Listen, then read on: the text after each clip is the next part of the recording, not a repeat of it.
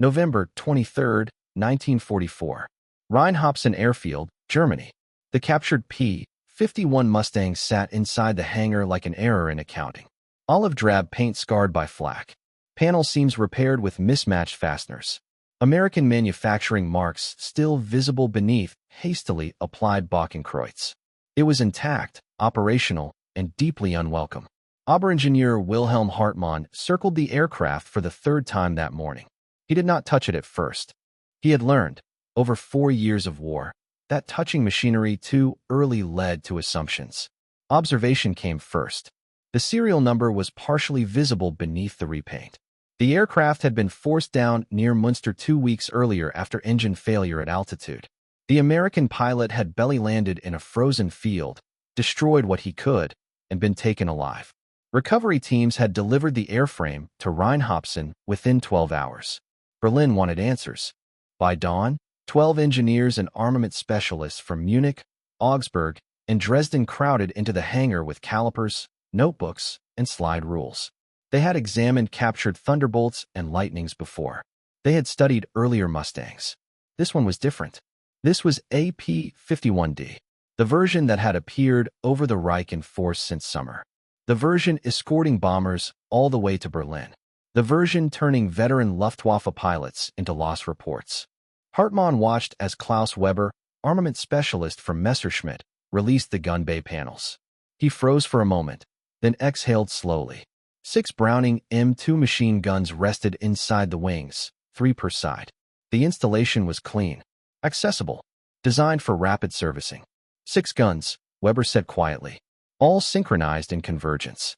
He traced the ammunition feeds with his finger. The belts extended deep into the wing. 400 rounds for the inboard guns, 270 for the others. He paused.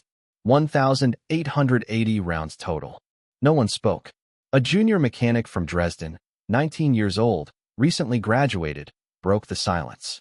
But our fighters carry cannon. 20 millimeter. 30. Surely those are superior. Hartmann turned to him slowly. Our cannon fire perhaps 700 rounds per minute, he said. Each of these fires 800. He looked back at the aircraft. 6 of them. Weber completed the calculation on his slide rule. Over 4,000 rounds per minute, he said, converging on a single point. The mathematics were not theoretical. Everyone in the room had read combat reports. Hartmann moved to the table where captured ammunition samples were laid out. German 20mm shells. American 50 caliber rounds. He picked one up. Velocity, Weber added. 850 meters per second. Energy per round, 13,000 foot-pounds. The mechanic weighed the cartridge in his palm. It felt heavier than expected. Hartmann climbed onto the wing and lowered himself into the cockpit. The bubble canopy surrounded him with light. No rear armor plate.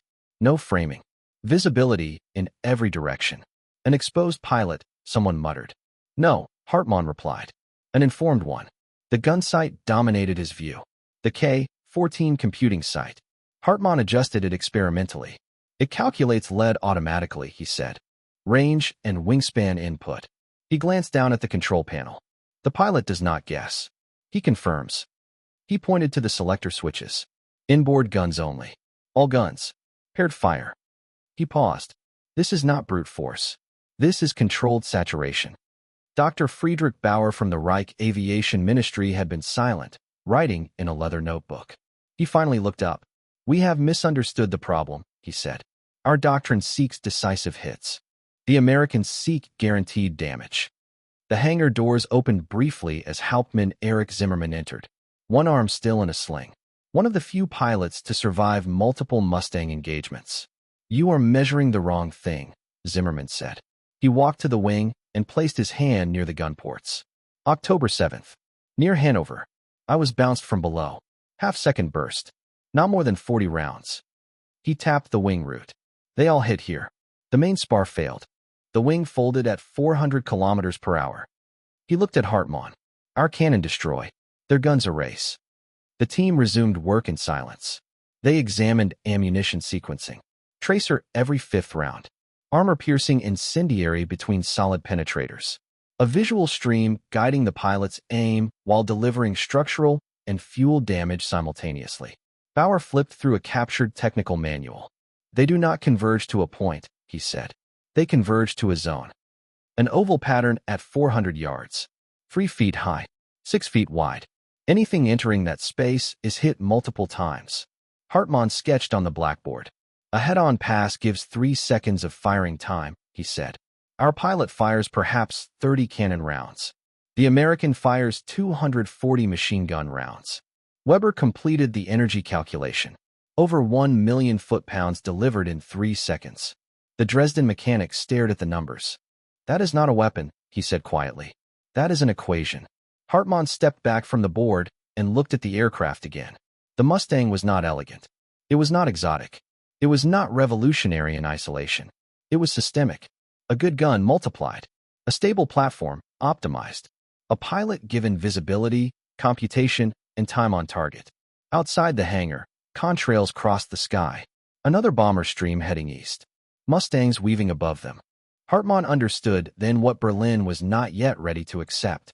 This aircraft was not winning the air war because it was superior in any single category. It was winning because it removed uncertainty. And in aerial combat, uncertainty was the only thing keeping German pilots alive. By mid-morning, the temperature inside the hangar had dropped below freezing. Breath fogged the air. No one noticed. The inspection moved aft along the fuselage. Control linkages. Actuator housings. Cable routing. The Mustang systems were not exotic. They were accessible, redundant where necessary, simplified everywhere else. Zimmerman stood near the tail, studying the elevator surfaces. You cannot outturn it up high, he said without looking up. At altitude, it bleeds less energy than anything we fly. You commit once, and you are finished. Hartmann nodded. He had already run the numbers. At 25,000 feet, where bomber streams lived, the Mustang's Packard-built Merlin retained power that German inline engines struggled to maintain. The 2-stage supercharger kept manifold pressure stable. The aircraft did not just reach altitude, it worked there. A mechanic called out from the wing root. Surface finish, he said. Look at the rivets. They crouched close. Flush set. Uniform. Minimal protrusion. The laminar flow wing, Bauer said. Theory we understand. Manufacturing we failed. German engineers had tested laminar sections in wind tunnels for years. On paper, they were superior.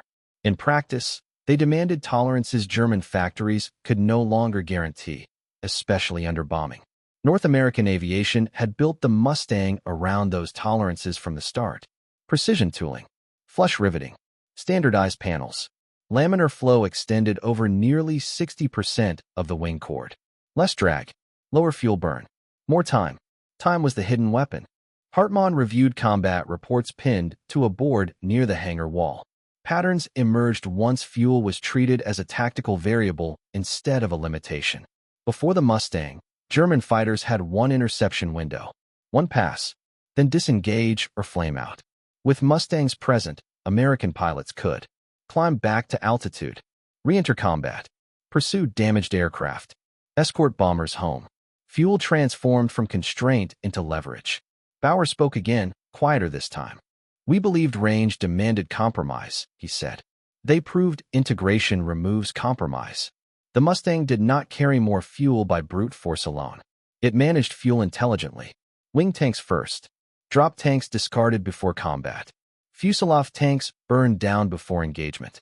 By the time a pilot reached the fight, the aircraft was lighter than when it took off. German fighters arrived heavy. American fighters arrived optimized. At 1,100 hours, a courier delivered a signal from Berlin requesting preliminary conclusions. Hartmann did not answer immediately. He watched Weber disassemble one of the Brownings. The weapon came apart quickly. Pins. Springs. No delicate tolerances. No exotic alloys. 80 pounds, Weber said. Each gun. He compared it to an MG-131. Similar weight. Half the complexity. The American gun was designed to fire tens of thousands of rounds with minimal maintenance. Its failure mode was gradual degradation, not catastrophic stoppage. 6 guns multiplied reliability as well as firepower. If one jammed, 5 continued. Hartmann thought of German pilots returning with jammed cannon after a single firing pass. Or not returning at all. At noon, the team paused. Someone produced bread and thin soup. No one sat. Hartmann finally drafted the signal to Berlin. Preliminary findings. The P-51 Mustang represents a systems-level solution to air superiority. Its effectiveness derives not from a single superior component, but from the integration of fuel management, pilot visibility, fire control, manufacturing precision, and mass deployment. The aircraft enables sustained engagement at ranges and altitudes beyond current Luftwaffe capability. This advantage cannot be offset by incremental improvements to existing German fighters. He set the paper aside. It was not the message Berlin wanted. Zimmermann approached him. "They will ask how to counter it," he said. Hartmann did not answer at first. "Jets," Zimmermann continued. "Rockets. Heavier cannon." "Yes," Hartmann said. "They will ask that." "And?" Zimmermann pressed. Hartmann looked back at the Mustang. "There is no counter," he said. "Not in time." By afternoon, the team examined the gun camera system. Every engagement recorded. Every burst analyzed. Training built from real combat footage. American pilots were not just flying. They were iterating. Combat fed doctrine. Doctrine fed training. Training fed combat. It was a closed-loop Germany no longer possessed. Hartmann thought of his brother, shot down near Frankfurt. The report described his aircraft disintegrating mid-air after contact with escort fighters. No explosion. No fireball. Just structural failure. Death by accumulation. At 1,500 hours, contrails thickened overhead. B-17s returning west. Mustangs still present, still escorting. Fuel was the difference between being there and choosing to be there. The engineers packed their instruments as daylight faded. 3 notebooks filled. Hundreds of photographs taken. Yet the conclusion required no further data. The Mustang was not unbeatable. It was inescapable. That evening, Hartmann stood alone in the hangar. He placed his hand against the wing skin, cold beneath his fingers. Germany had pursued perfection. The Americans had pursued sufficiency, then multiplied it. 6 guns. 1,880 rounds. Hundreds of aircraft per month. Air superiority reduced to arithmetic. He wrote one final line in his notes before leaving. "This aircraft does not defeat us through superior genius, but through superior application. It converts industry into certainty." Outside, the sound of distant engines rolled across the airfield. The Mustangs were already on their way back. By early 1945, the air war over Germany no longer resembled combat in any traditional sense. It was logistics expressed through velocity. American fighters moved freely across the Reich. They loitered. They hunted. They chose when to fight and when to disengage. Their gun batteries were often silent, not from restraint, but from scarcity of targets. The Luftwaffe still existed on paper. In practice, it was an air force without freedom of movement. Aircraft were hidden beneath trees. Sorties were delayed until weather or darkness offered a chance of survival. New pilots arrived at the front with 50 hours of flight time and instructions that amounted to one sentence: attack quickly or do not attack at all. They rarely survived long enough to learn why. The Mustang had not won the war alone, but it had removed Germany's ability to contest the sky. Once that happened, everything beneath the sky followed. Factories were bombed without interruption. Rail networks collapsed. Fuel disappeared. Pilot training became meaningless without fuel to train with. By March, the Luftwaffe's losses were no longer measured in aircraft, but in irreplaceable experience. Every veteran pilot lost represented years of training that Germany could not reproduce. American losses were replaced by production schedules. Hartmann saw this clearly. He had transferred to jet development, working on the Me-262, faster, technically superior, a machine that might have changed the balance had it arrived earlier and in numbers. But jets still required fuel. They still required trained pilots. They still had to land. And when they did, Mustangs were waiting. In April, American technical teams arrived at Rechlin and other test facilities as Allied forces advanced. They reclaimed captured aircraft, including the Mustang Hartmann had studied. An American lieutenant from Ohio, 23 years old, ran his hand across the gun ports. 650s, he said. That's it. Nothing mystical. Nothing secret. 6 reliable guns. Consistent ammunition. Predictable convergence. Pilots trained to hold the stream on target. That simplicity was the point. They flew the aircraft west a week later, German markings still faintly visible beneath hastily reapplied stars. Below them lay a country exhausted beyond resistance.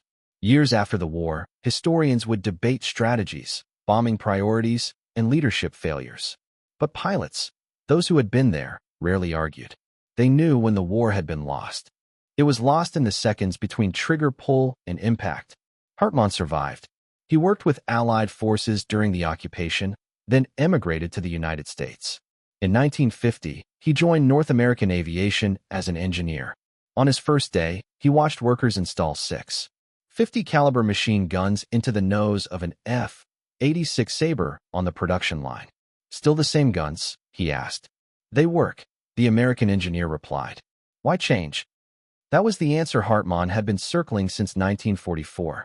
The Americans had not searched for perfection. They had searched for repeatability. And then they scaled it.